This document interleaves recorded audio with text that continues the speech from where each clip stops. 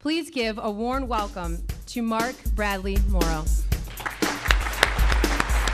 For my second and third children that were lost, I didn't find out about those deaths of my babies until after the fact. Now, I'm here tonight to talk about something that many of you have maybe never considered. What about the fathers? Would I be willing to stand up in front of this group of people and share my story?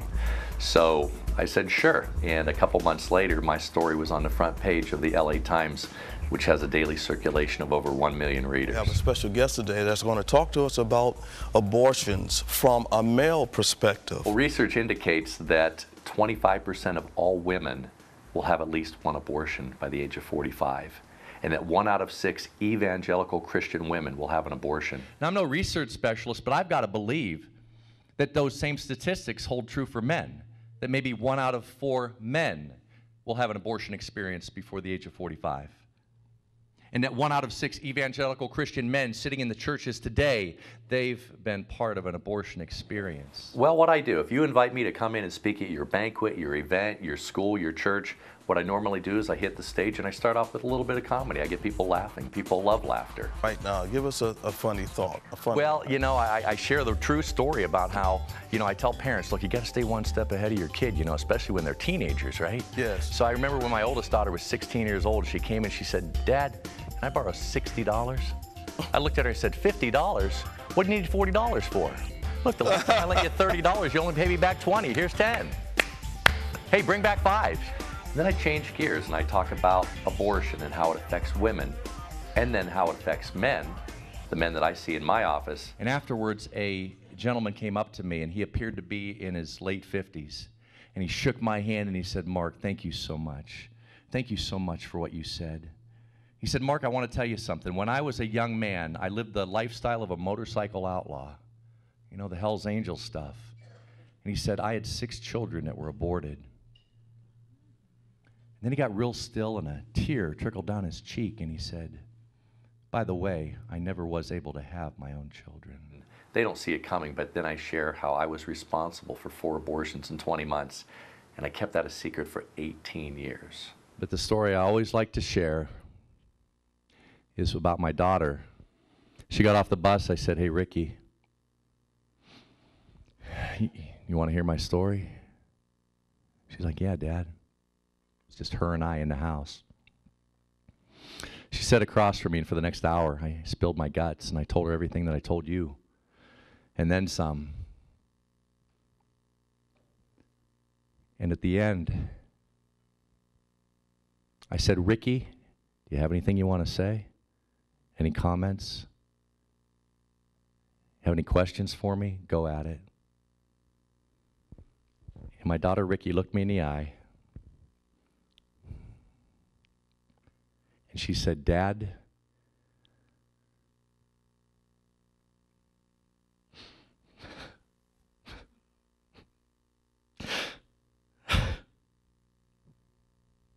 my God is good. My wife got pregnant a couple months later, and that is my daughter, Faith Madison. 10 years old right now, 5th grader, goes to Erie First Christian Academy. Just a gorgeous little girl. I finally threw up my hands. I'm like, I can't wrestle with you anymore, God. And I said, I'm not going to try to have kids, but I'm not going to try not to have kids. And boom, my wife got pregnant. And I got Ross right now, Ross Bradley Morrow. Ross is named after my dad and my grandfather, and he got my middle name. Well, I met my wife in graduate school where we both earned our master's degrees in counseling. I then became a national board certified counselor, then became a licensed professional counselor in the state of Pennsylvania, and then became a board certified professional Christian counselor. We can talk about the Bible, we can pray for our clients at the end, but for those who aren't there yet in their journey through life and they are not yet a Christian, they might be atheists, they might be agnostics. So I meet them where they're at.